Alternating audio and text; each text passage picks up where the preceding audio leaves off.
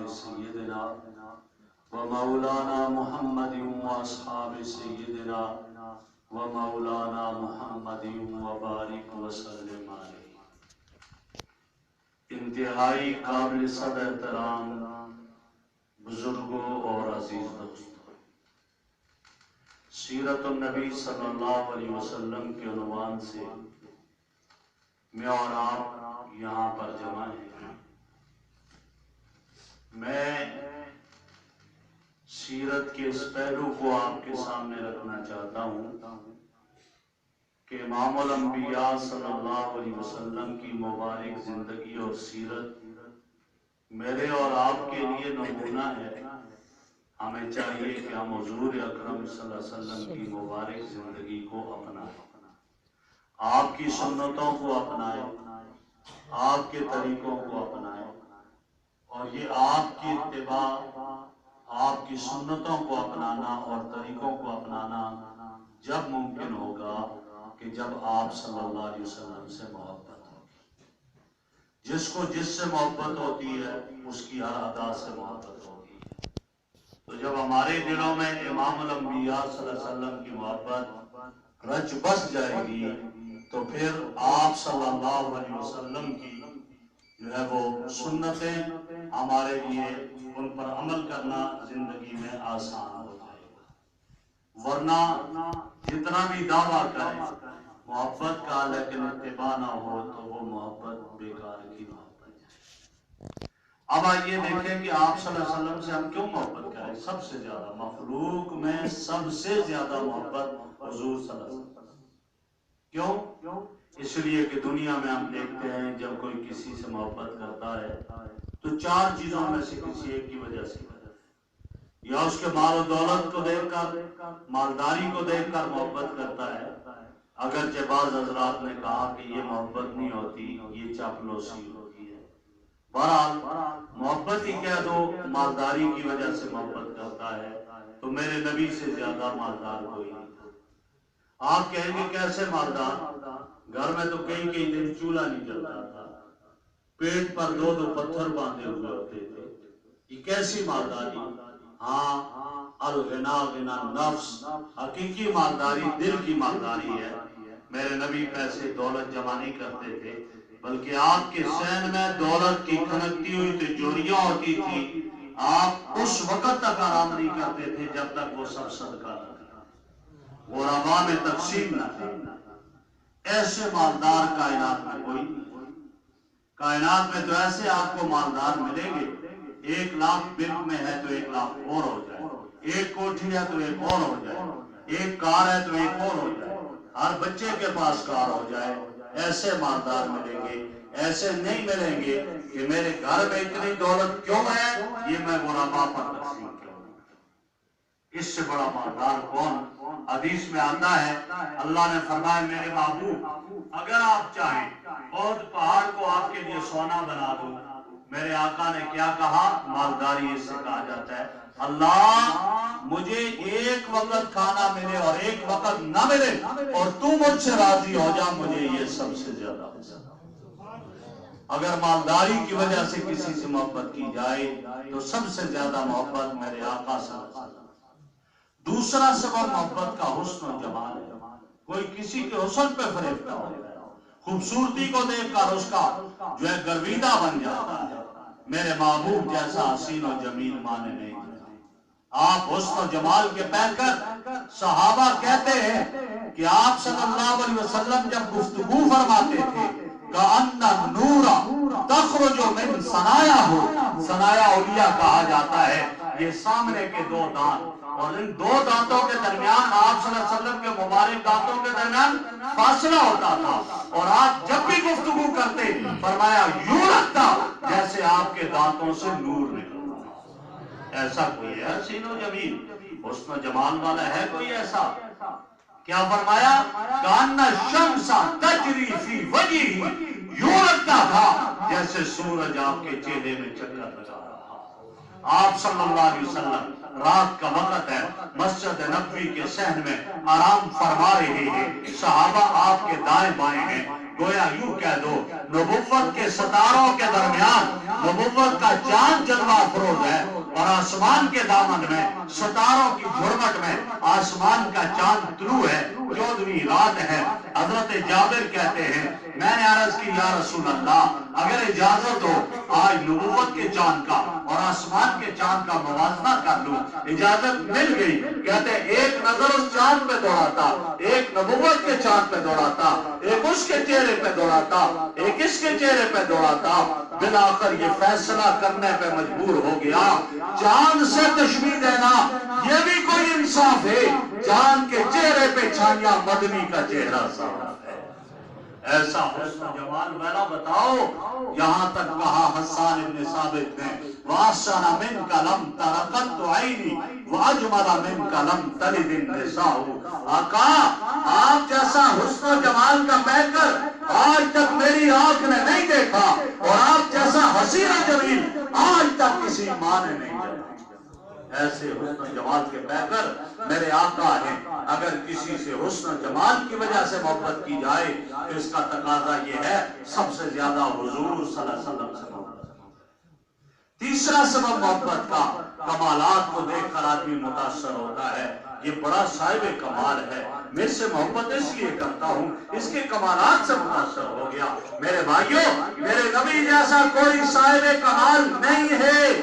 حضرت مولانا قاسم نانوتوی کہتے ہیں جہاں کے سارے کمالات ایک تجھ میں ہے آقا، اور تیرے کمال کسی میں نہیں مگر دو چار ہیں۔ ایک دوسرے شاعر نے کہا حسن یوسف دم عیسیٰ ید بیضہ داری آج خوبہ ہمہ دارت تو تنہا داری۔ جس کو مولانا ضیاء القاسمی رحمہ اللہ نے اس سب کا خلاصہ یوں کہہ دیا کہ گویا میرے نبی کے کمالات کا یہ حال ہے، آدم علیہ السلام سے لے کر عیسیٰ علیہ السلام تک 1,23,999 انبیاء کے کمالات کو جمع کر کے ایک گلدستے میں سجا دیا جائے، اس گلدستے کا نام ہے محمد رسول اللہ صلی اللہ علیہ وسلم۔ زور سے صلی اللہ علیہ وآلہ۔ تو یہ حسن کمال ہے میرے نبی کے کمالات کا کیا کہنا۔ میں مانتا ہوں حضرت موسیٰ علیہ السلام کو کمال عطا کیا، میدان تیہ میں ہیں، بنی اسرائیل کو پیاس لگی، پانی نہیں ہے، کیا کیا جائے؟ اللہ انہیں پانی چاہیے، حکم ملا، کہا کہ اپنے عصا کو پتھر پہ مارو۔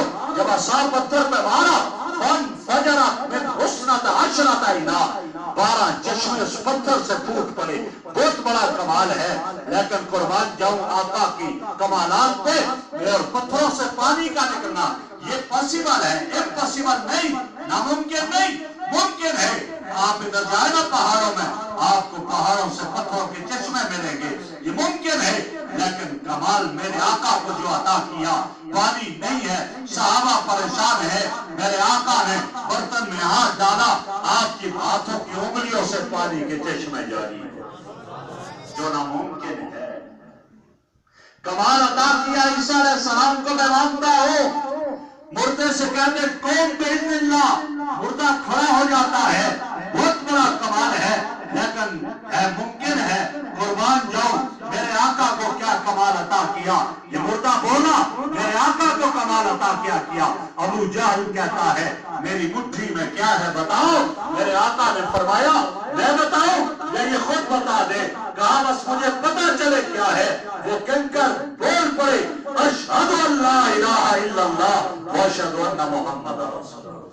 کمال تو یہ ہے، اللہ نے کمالات عطا کیے۔ ایک یہودی آ کر کہتا ہے آپ کو اللہ کا نبی جب مانوں گا جب یہ درخت چل کر آپ کے پاس آئے۔ میرے محبوب نے کہا جاؤ اس درخت سے کہہ دو ھذا ایھا الشجر ھذا الرجل وہ یطلبک، اے درخت وہ شخص تجھے بلا رہا ہے۔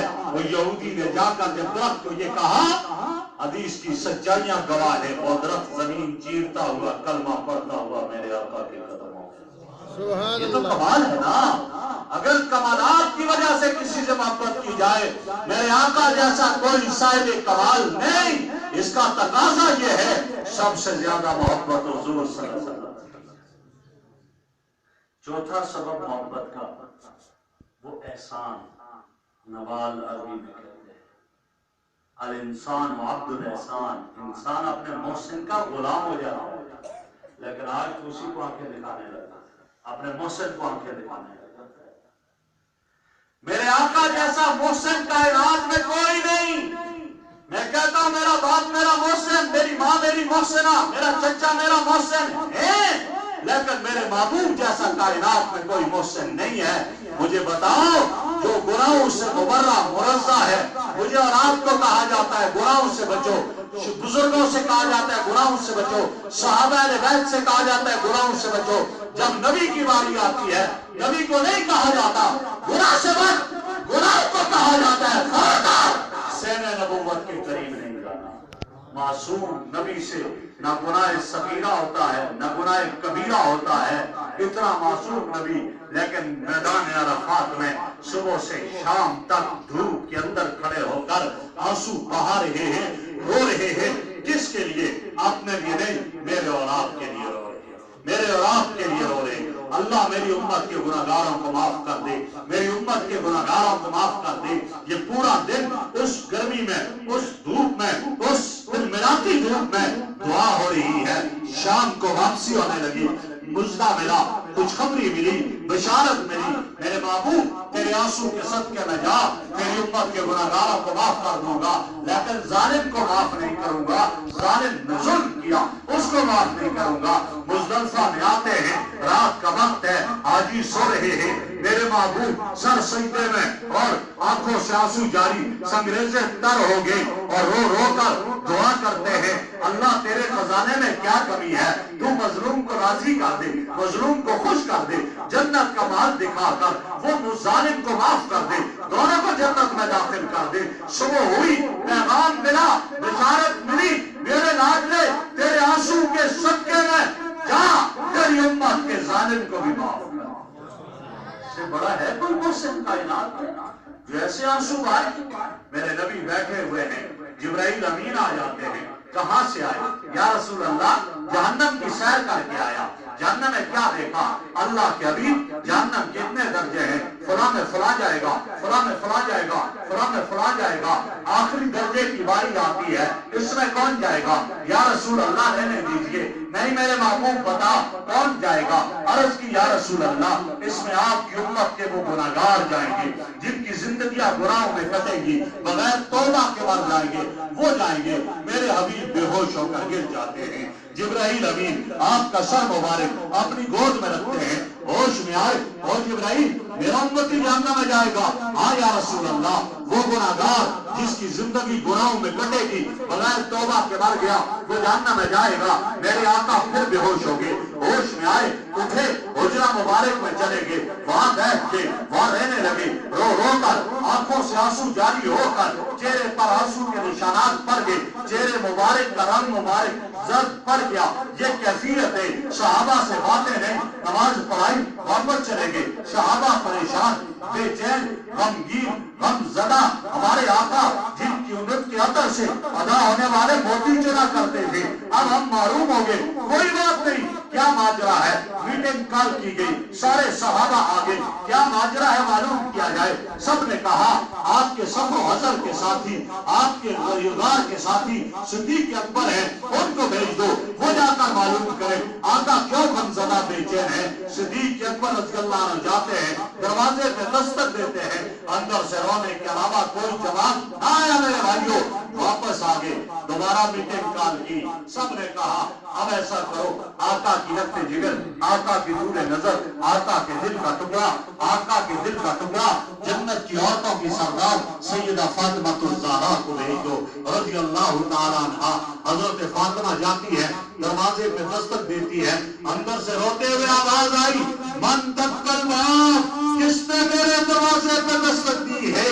کہا ابا جان آج تیری بیٹی، تیری لخت جگر، تیری نور نظر فاطمہ ہوں، وہ فاطمہ جو آپ کے گھر آتی تھی، کھڑے ہو کر استقبال کرتے تھے، وہ فاطمہ ہوں جو آپ کے گھر آتی تھی، پیشانی پہ بوسہ دیا کرتے تھے، وہ فاطمہ ہوں جو آپ کے گھر آتی تھی، کمری میں جا کر فرماتے بیٹی فاطمہ جوتوں سمیت میری کمری پہ بیٹھ جا۔ وہ آدمی ذرا غور تو کرے، جب دن کو تھکا ہارا رات کو گھر آتا ہے، اس کی بیٹی اس کے جوتے اتارتی ہے، جراب اتارتی ہے، اس باپ کے دروازے پہ بیٹی آتی ہے، باپ بیٹی نہیں، جنت کی عورتوں کی سردار، ابا جان دروازہ کھولو، دروازہ کھولا، باہر آئے، دیکھا چہرے پہ آنسو کے نشانات پڑے ہوئے، چہرہ مبارک کا رنگ مبارک زرد پڑا ہوا، ابا جان یہ کیا ماجرا، یہ کیا ہوا؟ عرض فرمایا بیٹی فاطمہ جبرائیل نے مجھے آ کر کہا، میرے بھائیوں ذرا غور کرو، میرے نبی نے نہیں کہا بیٹی تیرے لیے رو رہا ہوں، زینب رقیہ ام کلثوم کے لیے رو رہا ہوں، طیب طاہر ابراہیم کے لیے رو رہا ہوں، نہیں، میرے نبی نے فرمایا بیٹی فاطمہ جبرائیل نے کہا میری امت کے گناہگار جہنم میں جائیں گے، اس بات نے مجھے رونے پہ مجبور کر دیا۔ میرے اور آپ کے نبی کے آنسو میرے اور آپ کے لیے ہوئے، اس سے بڑا کوئی محسن ہے کوئی نہیں۔ اللہ نے بشارت سنائی وَلَسَوْفَ يُعْطِيكَ رَبُّكَ فَتَرْضَىٰ، اتنا تجھے تیرا رب دے گا تو راضی ہو جائے گا۔ تو جواب میں کیا کہا؟ کیا کہا؟ آپ کے ملنے کو کہا جائے گی آپ کو اتنی گرانٹس ملے گی آپ خوش ہو جاؤ گے، ٹھیک ہے مجھے ہی ملے گی، ایم پی اے صاحب مجھے ہی ملے گی، لیکن ادھر اللہ فرمایا اتنا دوں گا راضی ہو جائے گا۔ کیا فرمایا؟ اللہ تیری کبریائی کی قسم میں بھی اس وقت تک راضی نہیں ہوں گا جب تک ایک ایک گناہگار کی مغفرت نہ کروا دوں۔ یہ ہے احسان۔ اگر احسان کی وجہ سے بھی کسی سے محبت کی جائے تو سب سے زیادہ کس سے کی جائے؟ بولے ذرا زور سے بول رہے ہیں محمد رسول اللہ صلی اللہ علیہ وسلم۔ میں نے 4 اسباب بتایا، مال و دولت، حسن و جمال، کمال اور احسان، اور یہ چاروں میرے آقا میں بدرجہ عدم پائے گئے۔ اب میں نے عرض کیا ان چاروں کا تقاضا کیا سب سے زیادہ محبت حضور صلی اللہ علیہ وسلم۔ اب آگے دیکھتے ہیں کہ واقعی ہے، میں دعویٰ کرتا ہوں غلامی رسول میں موت بھی قبول ہے۔ میں دعویٰ کرتا ہوں غلام ہوں رسول کا غلام ہوں۔ میں اپنی بات کر رہا ہوں، میں کسی پہ تنقید نہیں کر رہا، لیکن میں داڑھی کو قبول نہیں کرتا، موت کو کیسے قبول کرتا؟ میں داڑھی قبول نہیں کرتا حضور کی سنت، تو پھر میں اعلان کرتا ہوں غلامی رسول میں موت قبول ہے۔ موت تو بڑی بات ہے، پہلے داڑھی تو قبول کر پھر محبت ہے۔ غلام ہے رسول کے غلام، میں غلامی رسول میں موت کی قبولیت کا اعلان کرتا ہوں۔ میں اپنی بیٹی، اپنی بہن، اپنی بیوی کو پردہ نہیں کر سکتا، میں اس کو پردہ نہیں کروا سکتا، تو میں کہاں موت قبول کروں گا؟ پردہ تو پہلے قبول کر۔ جنہوں نے غلامی رسول میں موت کو قبول کیا سچ کر کے دکھایا، یہ صحابی حبیب ابن زید رضی اللہ تعالیٰ اور اس دور کا نبوت کا دعویٰ کرنے والا جھوٹا مسلمہ کذاب ہے۔ مسلمہ کذاب حبیب ابن زید سے پوچھتا مجھے نبی مانو گے؟ کہا تو لعنتی ملعون، نہیں مانتا۔ کہا محمد ابن عبداللہ صلی اللہ علیہ وسلم کو نبی مانو گے؟ کہا وہ تو میرے نبی، وہ آخری نبی، وہ نبیوں کے نبی، وہ خاتم الانبیاء، وہ سرتاج الرسل، وہ تو ہے ہی ہے۔ مسلمہ کذاب نے حکم دیا اس کا دایاں بازو کاٹو۔ حبیب ابن زید کا دایاں بازو کاٹ دیا گیا اور ماں کی طرف بھیجا۔ حبیب ابن زید کی ماں نے اپنے بیٹے کا کٹا ہوا بازو دیکھا، ماں رونے لگی اور آسمان کی طرف دیکھ کر ہاتھ اٹھا کر دعا کرنے لگی۔ پھر پوچھا، کہا تو لعنتی تجھے نہیں مانتا؟ کہا انہیں مانتا ہے۔ کہا وہ تو میرا ایمان ہے۔ کہا بایاں بازو کاٹو۔ حبیب ابن زید کا بایاں بازو کٹا، ماں تک پہنچا، ماں نے بیٹے کا کٹا ہوا بازو دیکھا، ماں رونے لگی اور ہاتھ اٹھا کر دعا۔ پھر دائیں ٹانگ کٹی، ماں تک پہنچی، ماں رونے لگی، دعا کی۔ پھر بائیں ٹانگ کٹی، ماں تک پہنچی، ماں پھر بھی رونے لگی، دعا کی۔ اب صرف سر باقی تھا۔ حبیب ابن زید کا سر کٹا، ماں کی گود میں پہنچا، ماں نے بیٹے کا کٹا ہوا سر دیکھ کر مسکرا کر آسمان کی طرف دیکھ کر کہا اللہ تیرا شکر ہے تو نے میرا تحفہ قبول کر لیا، اور بیٹے کے سر کو دیکھ کر کہا واہ بیٹے مبارک ہو تجھے، تو نے میرے دودھ کا حق ادا کیا۔ یہ کسی نے سوال کیا دایاں بازو کٹا ہوا ہے رو رہی تھی، بایاں کٹا ہوا ہے رو رہی تھی، دائیں ٹانگ کٹی ہے رو رہی تھی، بائیں ٹانگ کٹی ہے رو رہی تھی، سر کٹا ہوا ہے ہنس کے رہی۔ اس نے عجیب جواب دیا، محبت اس کو کرے۔ اس نے کہا جب میرے بیٹے کا دایاں بازو کٹا ہوا ہے مجھے ڈر تھا کہیں بایاں بازو پر کٹنے سے پہلے یہ مرتد نہ ہو جائے۔ زبان سے کلمہ کفر کہہ سکتے ہیں، اجازت ہے جان بچانے کے لیے، لیکن وقلبہ مطمئن، دل سے نہ ہو، زبان سے۔ تو مجھے ڈر تھا کہیں اس کی نبوت کا اقرار نہ کرتے جان بچانے کے لیے، تو میں نے ہاتھ اٹھا کر دعا کی، اللہ میرے بیٹے کو استقامت دینا، بایاں بازو کٹوا دے، لیکن جھوٹے نبی کی نبوت کا اقرار نہ کرے۔ جب بایاں بازو کٹا ہوا آیا مجھے ڈر تھا کہ دائیں ٹانگ کٹنے سے پہلے مرتد نہ ہو جائے۔ میں نے رو کر اپنے اللہ سے دعا کی، اللہ میرے بیٹے کو استقامت دینا، دائیں ٹانگ کٹوا دے اور اس کی نبوت کا اقرار نہ کرے۔ جب بائیں ٹانگ کٹی ہوئی آئی مجھے پھر ڈر تھا سر کٹنے سے پہلے کہ ایسا نہ ہو۔ اب جب میرے بیٹے کا سر کٹا مجھے یقین آ گیا میرے بیٹے نے مصطفیٰ کی ختم نبوت پہ جان دے دی ہے۔ اس لیے میں نے کہا واہ میرے بیٹے، تو نے میرے دودھ کا حق ادا کر دیا، تجھے پالا ہی میرے آج کے لیے۔ یہ ہے معیار محبت کا۔ جنہوں نے محبت کی تو ایسی کی، مردوں نے ایسی کی، عورتوں کی محبت ہے۔ ام عمارہ غزوہ احد میں پتہ چلا حضور صلی اللہ علیہ وسلم شہید ہو گئے۔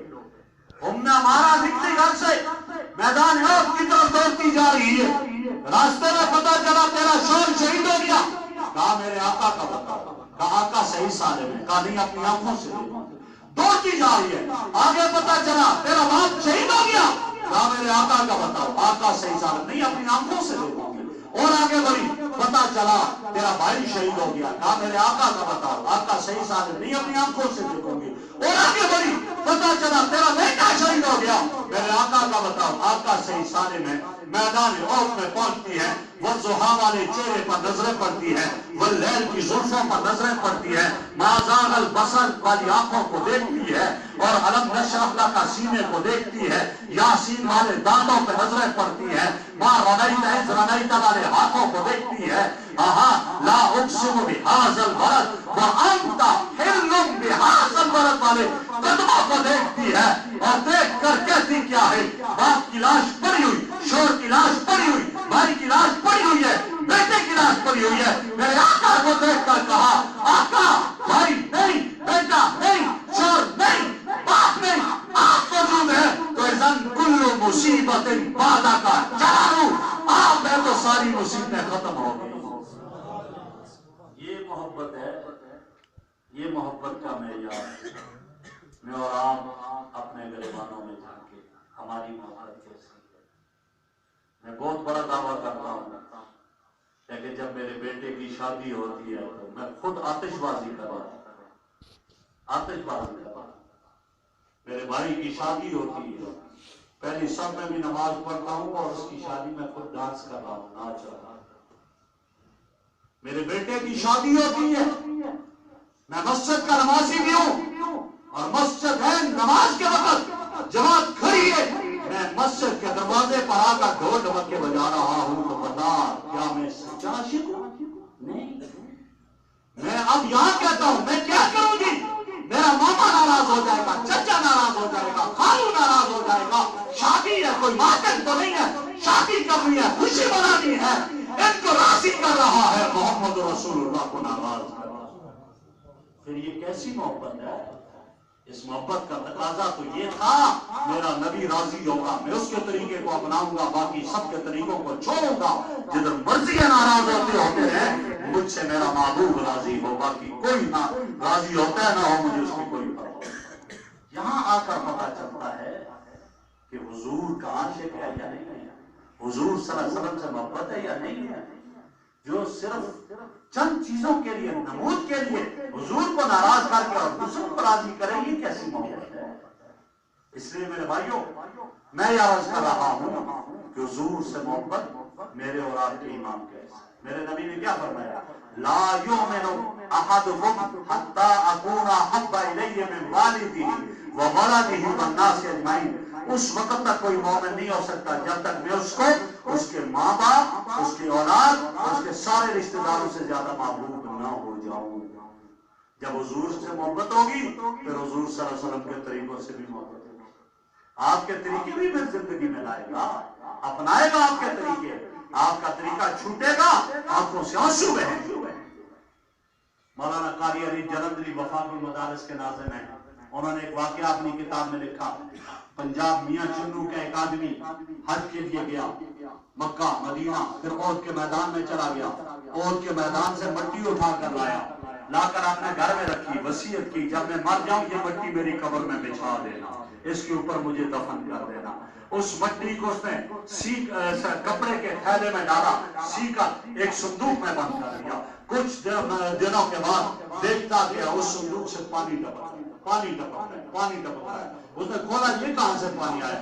دیکھا اس مٹی سے پانی ٹپک رہا ہے۔ اس نے اس کو نکالا، پھر خشک کیا، خشک کر کے پھر دوبارہ کپڑے کے تھیلے میں بند کیا، سی دیا، پھر صندوق میں رکھا۔ کچھ عرصے کے بعد دیکھا آج پھر اس صندوق سے پانی ٹپک رہا ہے۔ حیران یہ کیا، اس وقت بہت بڑے عالم تھے میاں چنو میں، ان کے پاس گیا اور جا کر انہیں ماجرا بتایا۔ انہوں نے کہا بھائی اس مٹی کو واپس مدینہ لے جاؤ اور کے سینے میں چھوڑ کر آ جاؤ، یہ جب سے تم نے لائی ہے بے جان ہونے کے باوجود رو رہی ہے کہ مجھے میرے نبی کے مدینے سے کیوں جدا کر دیا۔ ایک مٹی جو مدینے سے جدا ہو رونے لگے، اور ایک محمد علی کا امتی اشرف المخلوقات اس کی زندگی سے مدینے والوں کی سنتیں نکلے اور اس کو رونا نہ آئے، تو اس سے زیادہ اور بتاؤ کی کیا ہوگی؟ سوچیں ذرا۔ اور سنتوں کو جب اپنائیں گے جب محبت ہوگی حضور سے۔ آپ نے کیا فرمایا؟ من احیا سنتی، جس نے میری سنت کو اپنایا فقط احبنی، اس نے مجھ سے محبت کی، ومن احبنی، اور جس نے میں محمد سے محبت کی کان معی فی الجنہ، جنت میں میرے ساتھ۔ حضور کا ساتھ چاہیے نا، سب کو چاہیے نا۔ ایک صحابی نے عرض کیا یا رسول اللہ میرے لیے دعا کریں، آخر کب پوچھا قیامت کب آئے گی؟ فرمایا ما اعبدت لہا، تو نے کیا اس کے لیے کیا؟ تھوڑی دیر خاموش ہو کر کہا اور تو کچھ نہیں ہے، صرف حب اللہ و رسول، اللہ اور اس کے رسول کی محبت اور کچھ نہیں۔ جب یہ کہا میرے نبی نے فرمایا المرء مع من احب، جس سے محبت کرے گا کل قیامت کے دن اسی کے ساتھ اٹھے گا، حشر اسی کے ساتھ۔ موبائل سے محبت کرے گا تو سوچ لو کہاں جائے گا، کسی اور سے محبت کرے گا تو کہاں جائے گا، میرے نبی سے محبت کرے گا تو میرے نبی کے ساتھ اٹھے گا، نبی کے صحابہ کے ساتھ اٹھے گا، نبی کے اہل بیت کے ساتھ اٹھے گا۔ تو آئیے آج سے عزم کریں، ہم نے اپنے گھروں میں حضور صلی اللہ علیہ وسلم کے طریقوں کو زندہ کریں گے اپنے گھروں میں پردے کا اہتمام کریں۔ میری مائیں بہنیں بیٹیاں سن رہی ہیں، وہ پردے کا اہتمام کریں۔